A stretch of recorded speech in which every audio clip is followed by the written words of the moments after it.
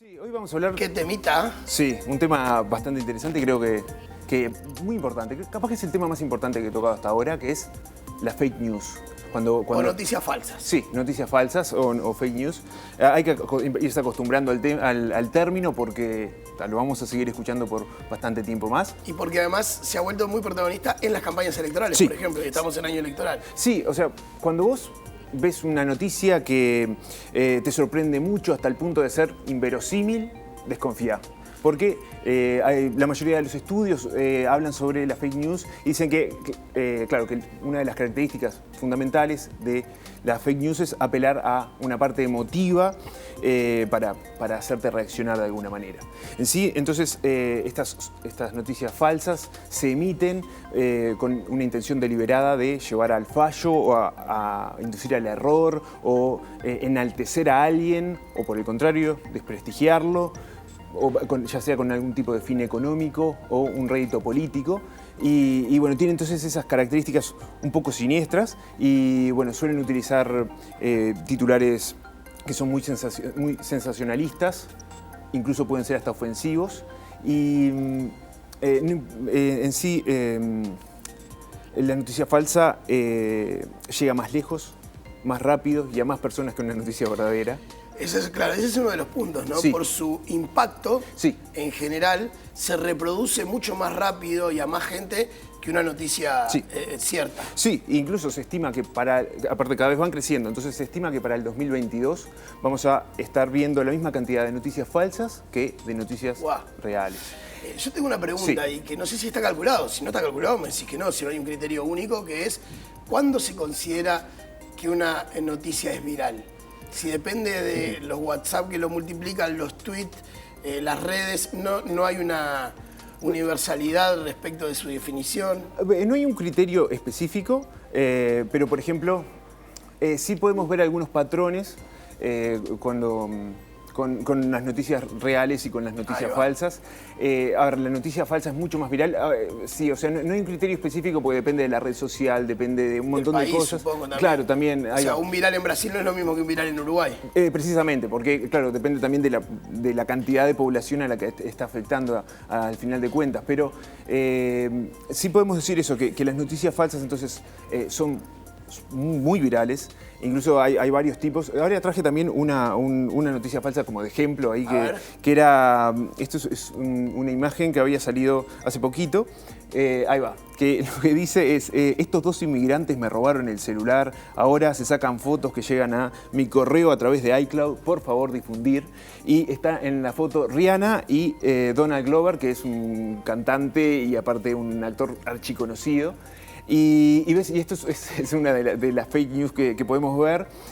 También está, por ejemplo, la foto de Maduro que en el hospital que salió Chávez. en el país. De Maduro, de Chávez, sí, me equivoqué. El país de Madrid que Sí, es en el 2016. Es de los gafes más grandes de la historia periodística. Sí. Entre otras cosas porque el país llegó a tener el diario en la calle Sí, y ahí va tuvo que salir, a sus distribuidores, Sí. después de distribuirlo, a las 2 horas tuvieron que salir a recogerlo. Sí.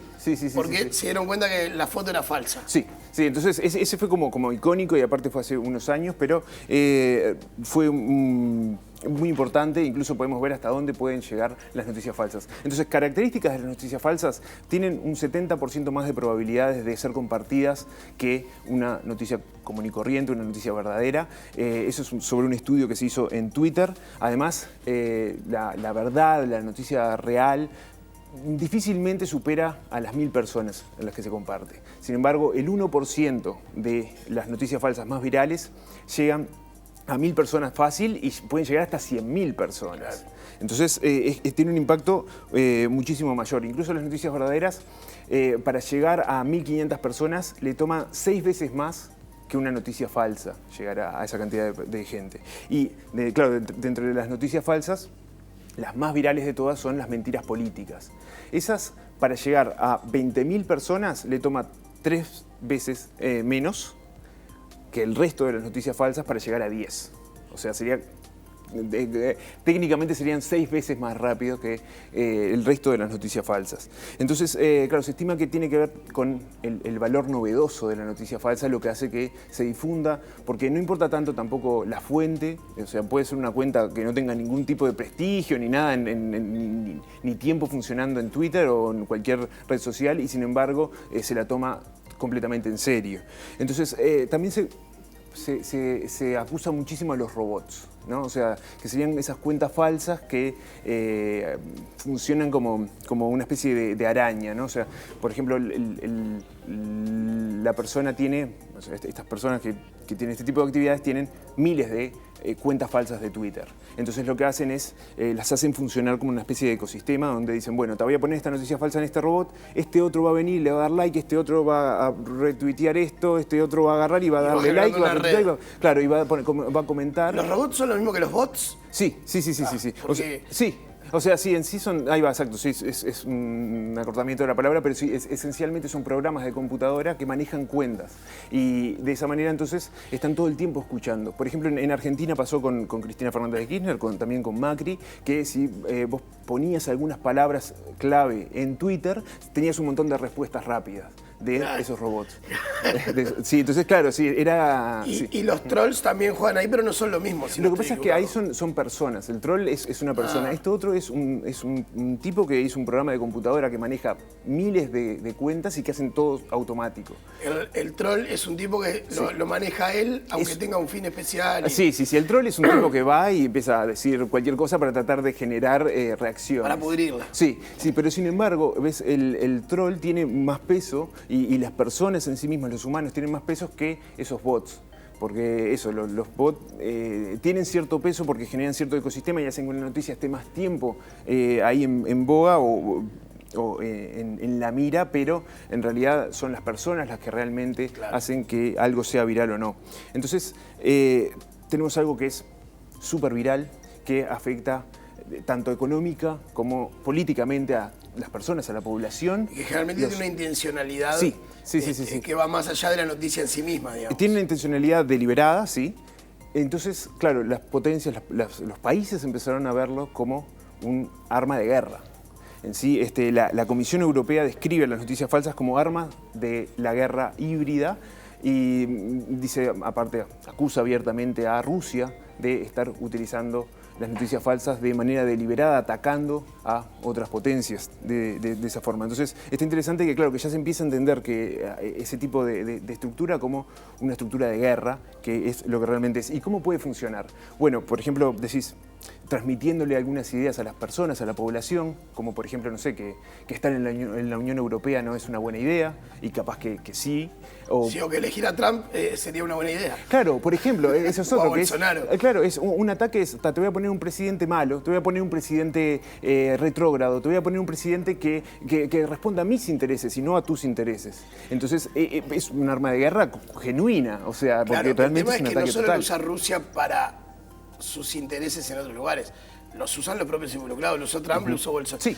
Bolsonaro fue descarado como usó las noticias falsas durante la campaña electoral. Sí. Entonces, en sí es una forma de manipulación que hay que tomarlo en serio.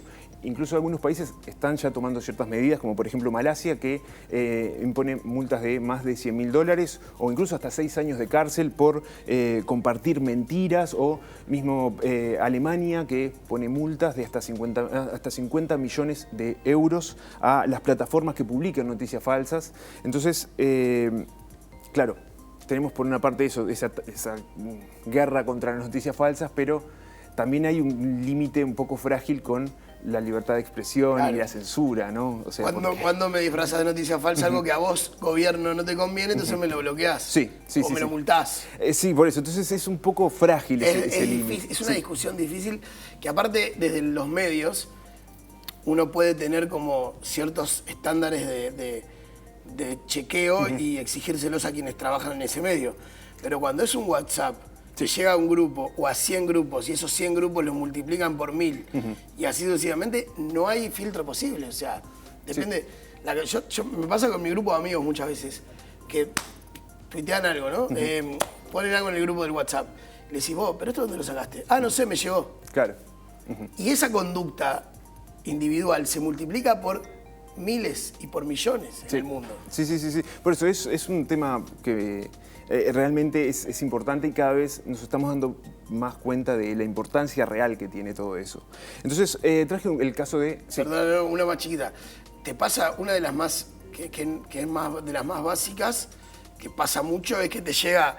o cuidado que están secuestrando números de no sé qué, o ojo los niños a la salida de la escuela y cuando mirás tiene el logo de la policía colombiana, ponele. Sí. O un teléfono de Costa Rica. Sí, o la noticia era de 1998. También, o sea, sí. Pero bueno.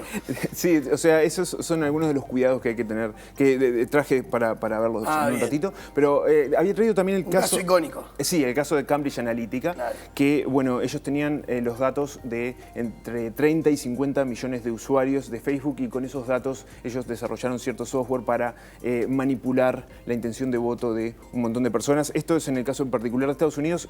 Igual tenían más información, o sea, Facebook es como lo que se usó como la insignia de cómo conseguían los datos, pero realmente ellos conseguían los datos por un montón de otros lados. Claro, pero ahí parte de la discusión estuvo en que Facebook se los dio los datos. Se los dio, sí, por eso, no es que a Cambridge, que es muy mala, le robó los datos a Facebook sin que Facebook se diera cuenta.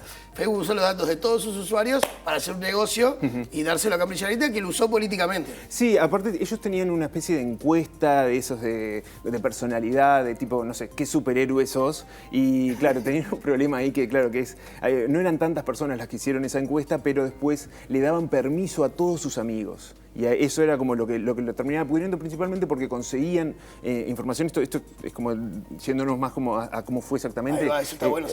Claro, conseguían sus amigos, por ejemplo, conseguían el correo. Y después la tecnología está llena de agujeros de seguridad, llena. Entonces, por ejemplo, agarraban la cuenta de correo de la persona y después empezaban a ir a un montón de páginas a preguntar si tenía usuario ahí. ¿Cómo hacían? Agarraban y trataban de recobrar la contraseña. Entonces, claro, si te dice, si te da la contraseña, quiere decir que existe. O sea, claro, pero si no, ¿entendés? Si no, quiere decir que no tiene cuenta. Entonces iban a Grindr, por ejemplo, que es el Tinder de las personas LGTB, o por ejemplo, ¿entendés? Iban a... Sí, o de consumo, de conducta, sí, o de lo que fuera. O mismo Google. Vos en Google, cuando querés recobrar contraseña, si vas ahí te dice, o sea, solamente con el correo electrónico te dice todos los dispositivos donde tenés abierta sesión. Eso claro. Entonces ahí saben si tenés un teléfono iPhone, por ejemplo, claro. Entonces saben...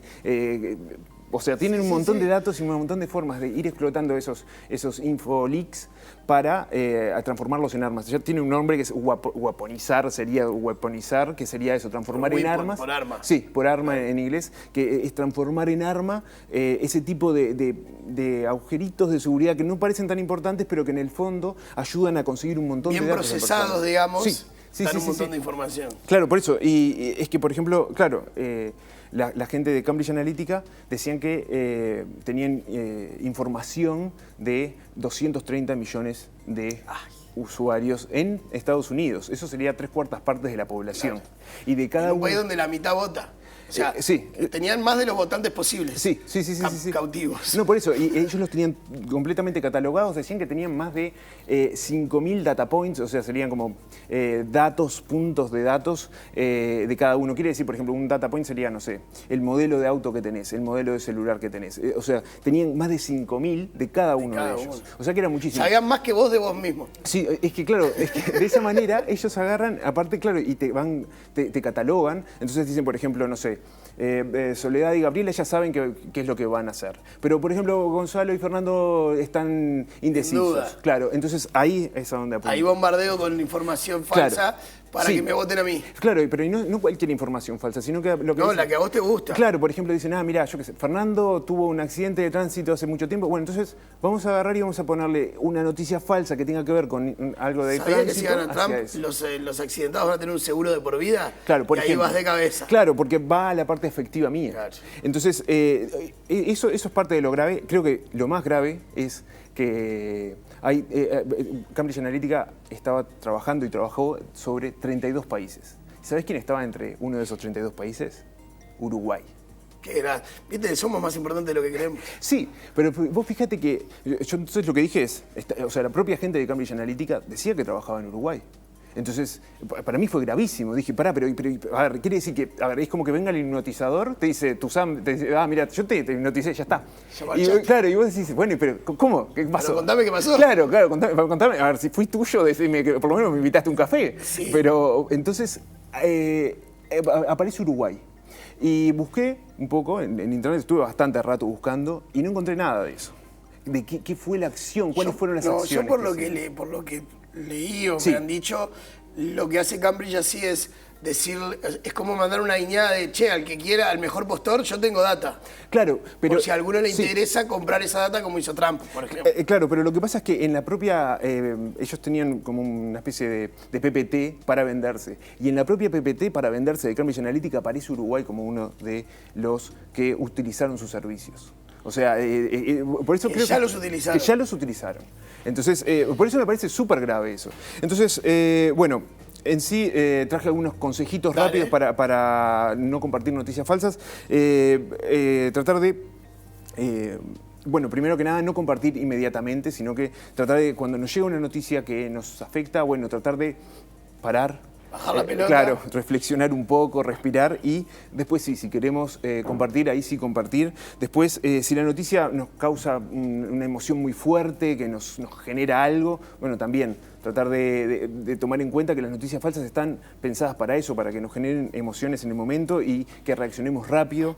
Además, si ya confirma algún prejuicio o alguna idea que yo ya tenía, ponele, no sé, si dice, no sé, los pelados hacen tal cosa. Bueno, hay capaz que en una de esas es probable que estemos también ante una noticia falsa. También si la noticia te invita a creer algo pero no te da fuentes, entonces es como, sí, cree esto pero no te digo ninguna fuente, no te cito ningún documento. Son, científicos de todo el mundo ahí va. ¿Investigaron qué? Sí, ahí va, algo completamente sin ningún tipo de referencia específica. Sí, exacto.